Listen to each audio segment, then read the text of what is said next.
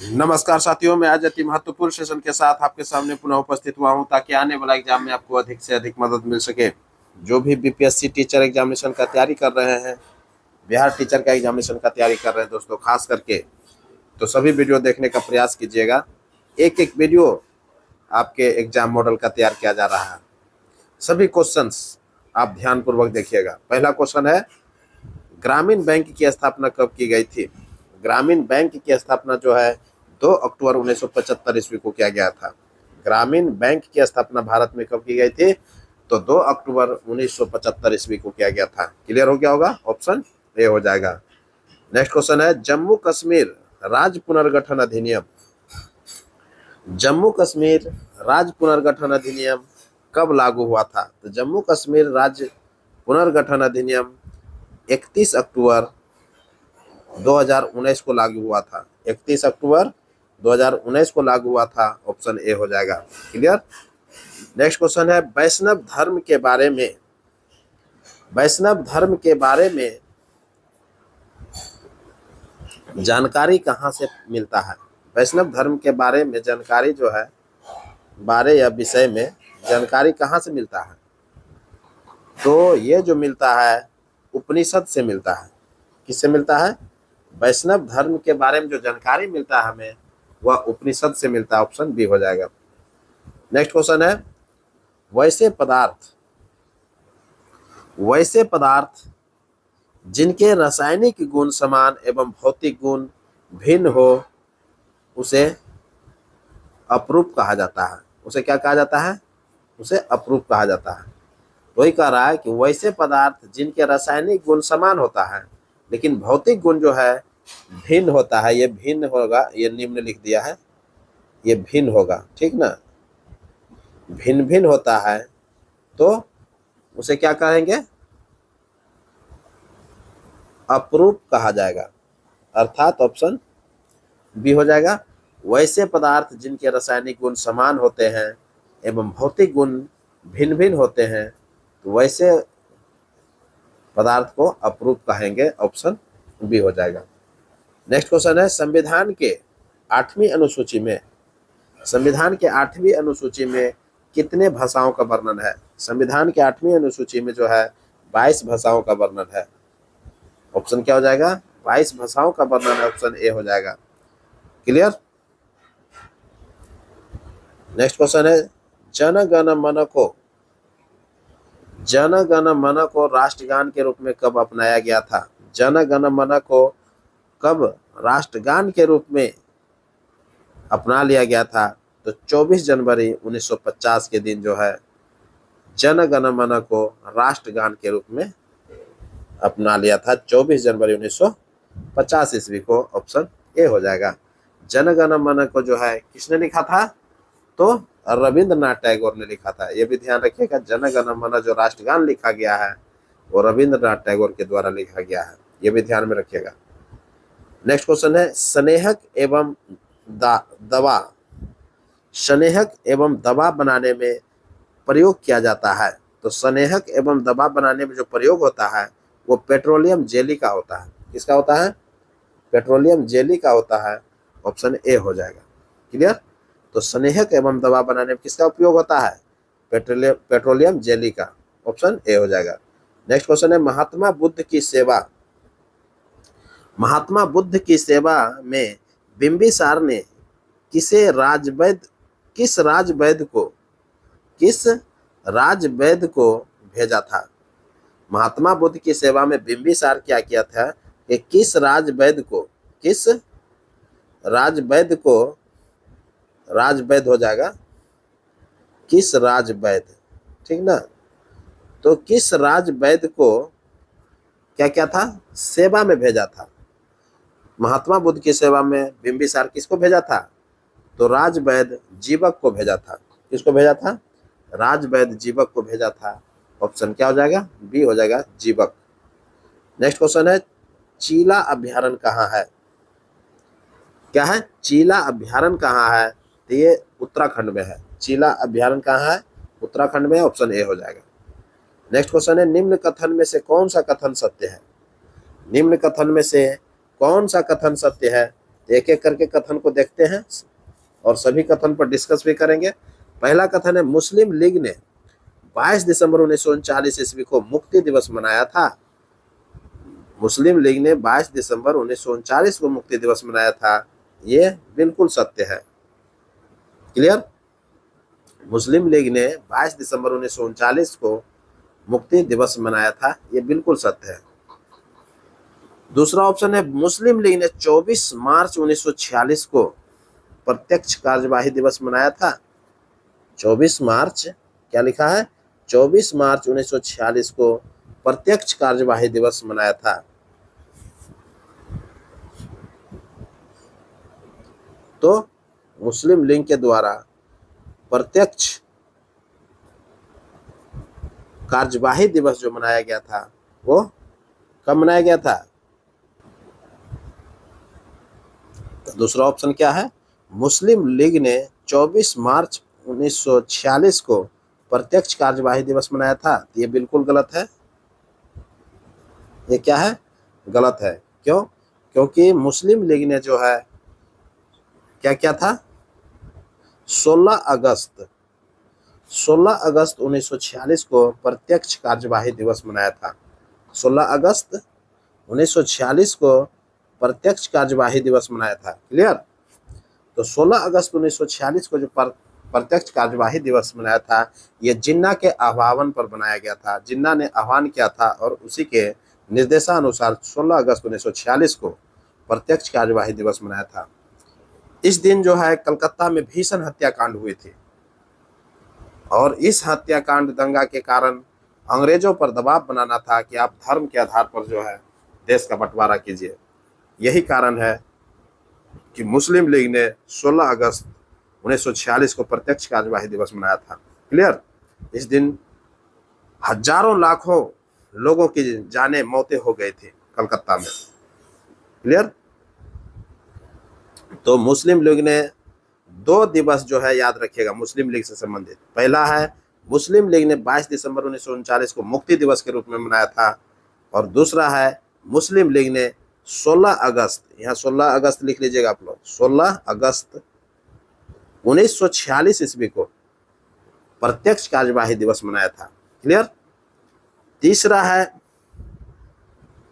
12 बजे रात को नेहरू जी ने रावी नदी के तट पर नवग्रहित तिरंगे झंडे को फहराया था। ये बिल्कुल सत्य है कि 12 बजे रात को जो है नेहरू जी ने रावी नदी के तट पर नवग्रहित तिरंगे को, झंडे को क्या क्या था, फहराया था। ये बिल्कुल सत्य है। तो ये उपर्युक्त 2 कथन सत्य हो गया और ऑप्शन बी गलत है। तो उपर्युक्त में से एक से अधिक आंसर हो जाएगा। क्लियर? तो ऑप्शन बी जो है आप सही कर लीजिएगा। 16 अगस्त 1946 को जो है प्रत्यक्ष कार्यवाही दिवस के रूप में मुस्लिम लीग बनाया था। क्लियर?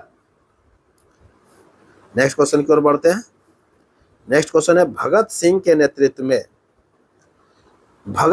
नेतृत्व में पंजाब के क्रांतिकारियों ने कब लाहौर के तत्कालीन सहायक पुलिस कप्तान सॉन्डर्स को गोली मारकर हत्या कर दिया था? क्या क्या था? सॉन्डर्स को गोली मारकर हत्या कर दिया गया था। किसको? सॉन्डर्स को। तो सॉन्डर्स को जो गोली मारकर हत्या किया था, तो वही कह रहा है कि कब क्या था? तो 17 दिसंबर 1928 को कर दिया था। कब क्या गया था? भगत सिंह के नेतृत्व में पंजाब के क्रांतिकारियों ने कब लाहौर के तत्कालीन सहायक पुलिस कप्तान सॉन्डर्स की गोली मारकर हत्या कर दिया था? कब क्या था? 17 दिसंबर 1928 ईस्वी को। क्लियर हो गया होगा? ऑप्शन ए हो जाएगा। नेक्स्ट क्वेश्चन है, आजाद हिंद फौज के किन अधिकारियों पर राजद्रोह का आरोप लगाकर दिल्ली के लाल किले पर नवंबर 1945 में मुकदमा चलाया गया था? कहता है कि आजाद हिंद फौज के किन अधिकारियों पर राजद्रोह का आरोप लगाकर दिल्ली के लाल किले पर नवंबर 1945 में मुकदमा चलाया गया था? तो किन वो अधिकारी थे आजाद हिंद फौज के, तो हम लोग देखेंगे। तो पहला है मेजर शाहनवाज खान। ये बिल्कुल सत्य है। ये अधिकारी थे आजाद हिंद फौज के जिन पर आरोप लगा करके क्या क्या था, मुकदमा चलाया गया था। दूसरा है पीके सहगल। ये भी थे दूसरे पी के सहगल भी थे, कर्नल गुरुदयाल ढिल्लन, कर्नल गुरुदयाल ढिल्लन भी थे।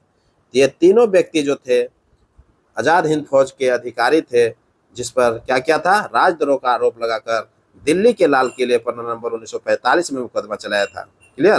तो ऑप्शन ये क्या हो जाएगा, उपयुक्त में से एक से अधिक हो जाएगा। Clear, option D. Next question है, कैबिनेट मिशन के सदस्य कौन थे। देखिए कैबिनेट मिशन के सदस्य कौन थे, तो सदस्य कौन थे तो देखते हैं एक एक करके। तो कैबिनेट मिशन के जो सदस्य थे, पैंथिक लॉरेंस थे, ये बिल्कुल सत्य है, पैंथिक लॉरेंस थे। स्टीफोर्ड क्रिप्स थे, बिल्कुल सत्य है, स्टीफोर्ड क्रिप्स भी थे। और तीसरा है एबी अलेक्जेंडर था, ये भी थे। तो ये तीनों व्यक्ति जो थे कैबिनेट मिशन के सदस्य थे। तो कैबिनेट मिशन का जो सदस्य था ये तीनों व्यक्ति थे, और जिसमें जो है कैबिनेट मिशन की जो अध्यक्षता किया था वो पैंथिक लॉरेंस के द्वारा किया गया था। कैबिनेट मिशन की अध्यक्षता किसने किया था, पैंथिक लॉरेंस ने किया था, ये भी ध्यान रखिएगा। तो उपयुक्त में से क्या हो जाएगा, ऑप्शन डी हो जाएगा, उपयुक्त में से एक से अधिक। नेक्स्ट क्वेश्चन है, भारत भारती के रचनाकार कौन है। भारत भारती के रचनाकार कौन है, तो भारत भारती के जो रचनाकार है वो कौन है, ये मैथिली शरण गुप्त है। तो ऑप्शन क्या हो जाएगा, सी हो जाएगा। नेक्स्ट क्वेश्चन है, बिहार के गया जिले के बिहार के गया जिले के अफसर से प्राप्त अभिलेख में किस राजवंश के बारे में जानकारी मिलती है। बिहार के गया जिले के अफसर से प्राप्त, से हो जाएगा, अफसर से प्राप्त अभिलेख में किस राजवंश के बारे में जानकारी मिलती है। तो ये पूर्ववर्ती गुप्त काल के बारे में जानकारी मिलती है। किसका, पूर्ववर्ती गुप्त काल, ऑप्शन ए हो जाएगा। क्लियर। नेक्स्ट क्वेश्चन है, तरुण भारत संघ संबंधित था। तरुण भारत संघ संबंधित था, तो तरुण भारत संघ जो संबंधित था वो मुजफ्फरपुर से संबंधित था, ऑप्शन ए हो जाएगा। नेक्स्ट क्वेश्चन है, बिहार में मौर्य अभिलेख की लिपि क्या थी। बिहार में मौर्य अभिलेख की लिपि क्या थी, तो बिहार में जो मौर्य अभिलेख की लिपि थी वो क्या थी, ब्राह्मणी लिपि थी। क्या थी, ब्राह्मणी लिपि हो जाएगा, ये ब्राह्मणी कर लीजिएगा, ये सुधार कर लीजिएगा थोड़ा, ब्राह्मणी लिपि हो जाएगा, ये तो नहीं होगा, ब्राह्मणी लिपि होता है। क्लियर। तो बिहार में मौर्य अभिलेख की लिपि क्या थी, तो ब्राह्मणी लिपि थी। और ब्राह्मणी लिपि जो थी ये किस भाषा में लिखा गया था, तो प्राकृत भाषा में लिखा गया था। भाषा अगर पूछेगा तो प्राकृत हो जाएगा। क्लियर, ध्यान में रखिएगा। तो बिहार में मौर्य अभिलेख जो मिला है वो ब्राह्मणी लिपि में मिला है और प्राकृत भाषा में लिखा गया था। क्लियर। नेक्स्ट क्वेश्चन है, FOSS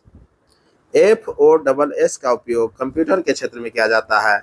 इसमें F क्या है, तो इसमें जो F जो होता है तो पहले जानना पड़ेगा कि FOSS का फुल फॉर्म तभी तो बनेगा। तो FOSS का फुल फॉर्म जो होता है फ्री एंड ओपन सोर्स होता है। क्या होता है, फ्री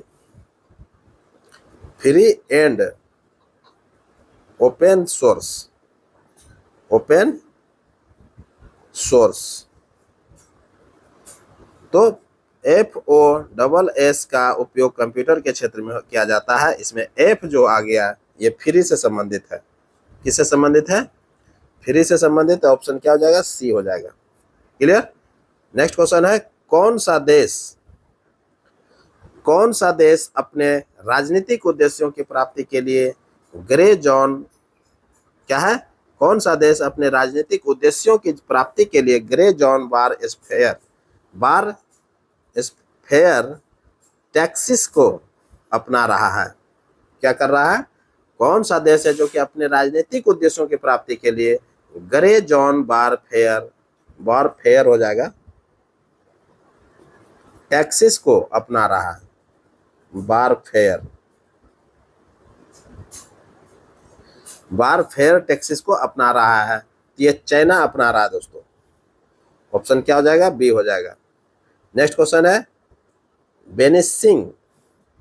बेनिसिंग ओपन यानी कि छिपता हुआ महासागर इसको बोलते हैं। बेनिसिंग ओपन को क्या बोलते हैं, छिपता हुआ महासागर। ये यहाँ से है, छिपता हुआ महासागर है। वेनिसिंग ओपन का अर्थ ही होता है छिपता हुआ महासागर, अर्थात वह कौन सा महासागर है जो कि छिपा हुआ रहता है, छिपा हुआ प्रतीत होता है, तो आर्कटिक महासागर है। वो कौन महासागर है? आर्कटिक महासागर है, जो कि छिपा हुआ महासागर के रूप में जाना जाता है। इसको वेनिसिंग ओपन के रूप में जाना जाता है। क्लियर? नेक्स्ट क्वेश्चन है, कौन इंसुलेटर, क्या है? कौन इंसुलेटर विसंवाहक, क्या है? विसंवाहक का उदाहरण है। तो कौन जो है इंसुलेटर अर्थात विसंवाहक का उदाहरण है? तो हीरा होता है, क्योंकि हीरा जो है विद्युत का कुचालक होगा, क्योंकि पारा में करंट बहेगा और लोहा में भी करंट बहेगा, इसीलिए जो इंसुलेटर जो होता है उसमें करंट नहीं बहता है, अर्थात हीरा में करंट नहीं बहता है। तो हीरा क्या हो गया? इंसुलेटर का काम करेगा। क्लियर? तो ऑप्शन सी हो जाएगा। नेक्स्ट क्वेश्चन है, निम्न में से कौन सा कथन सत्य है? एक एक करके कथन देखते हैं। पहला कथन है, भारत में अंग्रेजों ने पहला मदरसा कोलकाता में स्थापित किया था। भारत में अंग्रेजों ने पहला जो मदरसा खोला गया था वो कोलकाता में स्थापित किया था। ये बिल्कुल सत्य है। भारत में अंग्रेजों ने पहला जो मदरसा खोला था, कहाँ खोला था? तो कोलकाता में खोला था। क्लियर? दूसरा है, बिहार के क्रांतिकारी नेता खुदीराम बोस के वकील कालिदास बसु थे। बिल्कुल ये सत्य है। कहता है कि बिहार के क्रांतिकारी नेता खुदीराम बोस के वकील कालिदास बसु थे। ये बिल्कुल सत्य है। क्लियर? तीसरा है, मीठे पानी की कल्पसर, मीठे पानी की कल्पसर परियोजना गुजरात में है। तो मीठे पानी की जो कल्पसर परियोजना है वो क्या है? गुजरात में है। ये बिल्कुल सत्य है। तो ऑप्शन क्या हो जाएगा? तीनों उपयुक्त में से सत्य है, उपयुक्त में से एक से अधिक हो जाएगा। क्लियर? यहाँ थे कर लीजिएगा, थे होगा। नेक्स्ट क्वेश्चन है, भारत में सबसे पहले कहाँ छात्र संगठन या सम्मेलन का गठन हुआ था? भारत में सबसे पहले जो है कहाँ छात्र संगठन या सम्मेलन का गठन हुआ था? तो बिहार में हुआ था दोस्तों। आप सोच सकते हैं कि बिहार जो है सदियों से शिक्षा के क्षेत्र में अग्रणी रहा है, चाहे कोई भी शिक्षा हो। क्लियर? तो ऑप्शन ए हो जाएगा। नेक्स्ट क्वेश्चन है, बिहार में वो सहयोग आंदोलन के विदेशी वस्त्र बहिष्कार कार्यक्रम पर कहाँ विशेष ध्यान दिया गया? कहाँ विशेष ध्यान दिया गया? तो कहाँ विशेष ध्यान दिया गया था दोस्तों? ये बिहार में असहयोग आंदोलन के दौरान बोला जा रहा है कि विदेशी वस्त्र जो है का बहिष्कार कार्यक्रम पर कहाँ विशेष ध्यान दिया गया था। तो कहाँ विशेष ध्यान दिया गया था? तो भागलपुर में दिया गया था दोस्तों। कहाँ दिया गया था? भागलपुर में। क्लियर? तो ऑप्शन क्या हो जाएगा? भागलपुर हो जाएगा। क्लियर हो गया होगा?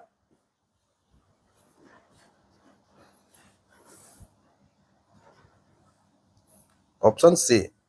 नेक्स्ट क्वेश्चन है,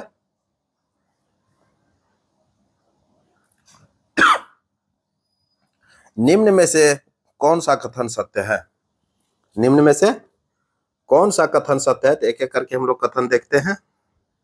पहला है, भारत का पहला समाचार पत्र द बंगाल गजट था। बिल्कुल सत्य है। भारत का जो पहला समाचार पत्र था वो द बंगाल गजट ही थे। क्लियर? दूसरा है, खिलाफत आंदोलन अली बंधुओं ने प्रारंभ किया था। खिलाफत आंदोलन जो है अली बंधुओं ने प्रारंभ किया था। यह बिल्कुल सत्य है। तीसरा है, फ्री हिंदुस्तान अखबार तारक नाथ दास ने शुरू किया था। ये बिल्कुल सत्य है। फ्री हिंदुस्तान अखबार जो है तारक नाथ दास के द्वारा ही शुरू किया गया था। अर्थात ये तीनों ऑप्शन सत्य है, उपयुक्त में से एक से अधिक आंसर हो जाएगा। क्लियर? नेक्स्ट क्वेश्चन है, चंद्रगुप्त मौर्य का राज्य प्रसाद स्थित है। चंद्रगुप्त मौर्य का, इसका चंद्रगुप्त मौर्य का राजप्रसाद स्थित था। तो कहां पर था? तो कुम्हरार में था। कहां पर था? कुम्हरार हो जाएगा। पटना में जो है, ये पटना में पड़ता है कुम्हरार, ध्यान रखिएगा। तो कुम्हरार में 80 स्तंभों वाला जो है मौर्यकालीन सभागार या राजमहल का अवशेष मिला है। सभागार अर्थात राजमहल, राजप्रसाद, इसको राजमहल के तौर पर जाना जाता है। कुम्हरार में जो है, कुम्हरार के पटना के कुम्हरार में 80 स्तंभों वाला जो है मौर्यकालीन सभागार अर्थात राजमहल का अवशेष मिला है। क्लियर? तो ऑप्शन ए हो जाएगा।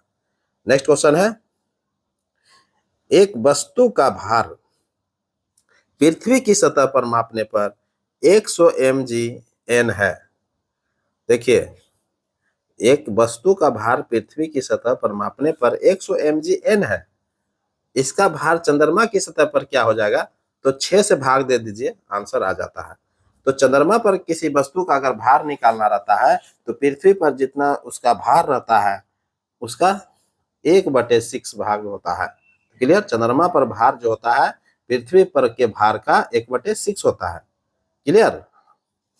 तो 6 से भाग दे दीजिएगा तो चंद्रमा पर भार निकल जाएगा। क्लियर? तो अर्थात 100 में 6 से भाग दे दीजिए, वो चंद्रमा पर का भार निकलेगा। तो ऑप्शन बी में आ जाएगा। क्लियर?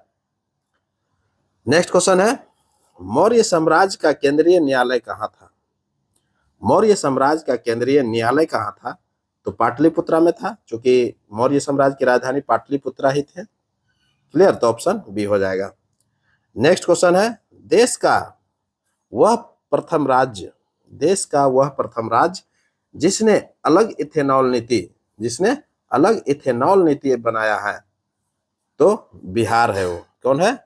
बिहार है, जो कि अलग इथेनॉल नीति बनाया है। तो मार्च 2021 में मंजूरी मिला था। इथेनॉल नीति का मंजूरी जो है मार्च 2021 में मिला था, एवं अप्रैल 2022 में इसका जो पहला जो कारखाना खोला गया वो पूर्णिया में खोला गया था। पूर्णिया के परौरा में खोला गया था, पहला जो खोला गया था। तो अप्रैल 2022 में पहला इथेनॉल जो है कहाँ खोला गया था? अप्रैल 2022 में पूर्णिया के परौरा में खोला गया था। क्लियर हो गया होगा। नेक्स्ट क्वेश्चन है, देश का पहला आधुनिक पशु विज्ञान विश्वविद्यालय कहाँ बनेगा? देश का पहला आधुनिक पशु विज्ञान विश्वविद्यालय ये पटना में बनेगा। बहुत इंपॉर्टेंट है, देश का पहला आधुनिक पशु विज्ञान विश्वविद्यालय की चर्चा किया जा रहा है, ये पटना में बनने की चर्चा है। ऑप्शन बी हो जाएगा। नेक्स्ट क्वेश्चन है, सिंगल यूज प्लास्टिक का बैन बिहार ने कब कर दिया? कहता है कि सिंगल यूज प्लास्टिक का बैन बिहार ने कब लगाया है, तो कब कर दिया है? तो 1 जुलाई 2022 को जो है सिंगल यूज प्लास्टिक का बैन कर दिया है। ऑप्शन 1 जुलाई 2022 हो जाएगा। ऑप्शन ए हो जाएगा। क्लियर? नेक्स्ट क्वेश्चन है निम्न कथनों में से कौन सत्य है? तो एक एक करके हम लोग देखते हैं कथन को। पहला है, जयप्रकाश नारायण को लोक नायक कहा जाता है। तो बिल्कुल सत्य है, जयप्रकाश नारायण को लोक नायक के रूप में जाना जाता है। क्लियर? दूसरा है, डॉक्टर राजेंद्र प्रसाद को देश रत्न कहा जाता है। बिल्कुल सत्य है, डॉक्टर राजेंद्र प्रसाद को देश रत्न कहा जाता है। तीसरा है, श्री कृष्ण सिंह को बिहार केसरी कहा जाता है। ये बिहार केसरी होगा, बिहार केसरी है, ध्यान में रखिएगा आप लोग। श्री कृष्ण सिंह को बिहार केसरी कहा जाता है, यह बिल्कुल सत्य है। तो ऑप्शन ये भी सत्य हो गया। तो उपरोक्त में से तीनों कथन सत्य है, तो ऑप्शन डी हो जाएगा। क्लियर? नेक्स्ट क्वेश्चन है, बिहार दिवस कब मनाया जाता है? तो बिहार दिवस जो है 22 मार्च के दिन मनाया जाता है। तो ऑप्शन क्या हो जाएगा? बिहार दिवस 22 मार्च के दिन मनाया जाता है। क्लियर? इसी दिन जो है क्या मनाया जाता है 22 मार्च के दिन? तो आप लोग कमेंट करके लिखिएगा, बहुत इंपॉर्टेंट है। तो अब इसी के साथ अब हमको इजाजत दीजिए। मैं पुनः एक नए वीडियो के साथ आपके सामने पुनः उपस्थित होऊंगा। तब तक के लिए पढ़िए और नेक्स्ट वीडियो का इंतजार कीजिए। नमस्कार, जय हिंद।